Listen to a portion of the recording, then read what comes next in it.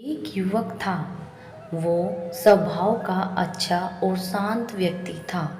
उसका अच्छा सा परिवार था जिसमें उसके माता पिता, पत्नी और दो बच्चे थे। सभी से वो बेहद प्यार करता था।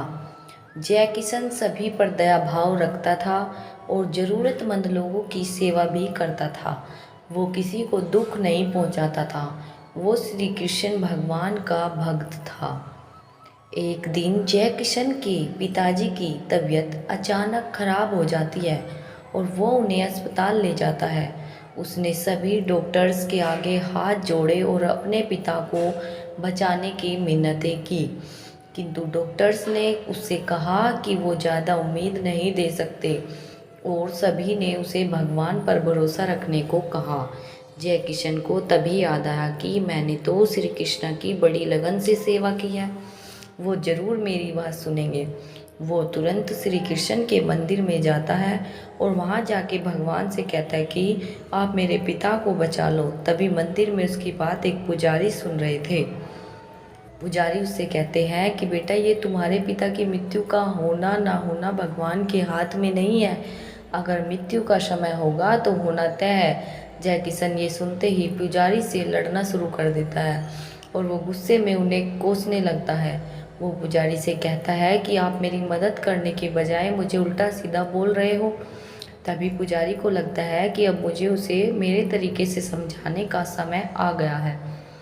पुजारी जय किशन से कहता है कि मैं तुम्हारी मदद कर सकता हूँ, लेकिन तुम्हें उसके लिए एक काम करना पड़ेगा। क्या तुम एक कार्य करने के लिए तैयार हो? जय किशन को किसी भी हालत में उसके पिता को बचाना था, इसलिए वो पुजारी से कहता है कि मैं कुछ भी करने के लिए तैयार हूँ। पुजारी उसे कहते हैं कि तुम्हें ये कार्य करना है, किसी एक घर से मुट्ठी भर ज्वार लानी है और ध्यान रखना होगा कि उस परिवार में कभी किसी की मृत्यु ना हुई हो।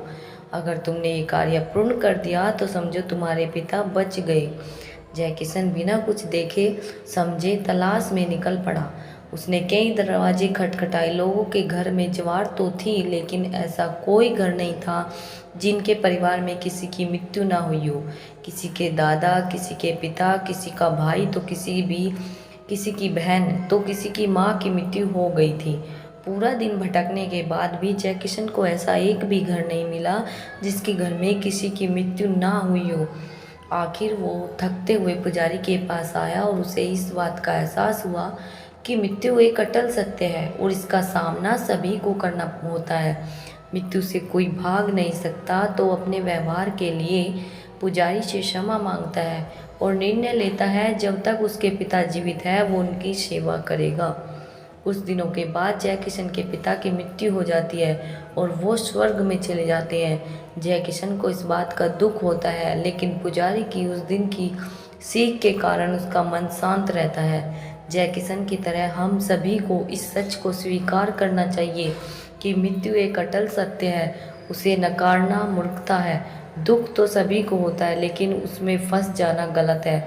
ऐसे सच को स्वीकार कर आगे बढ़ना ही जीवन है। राधे राधे।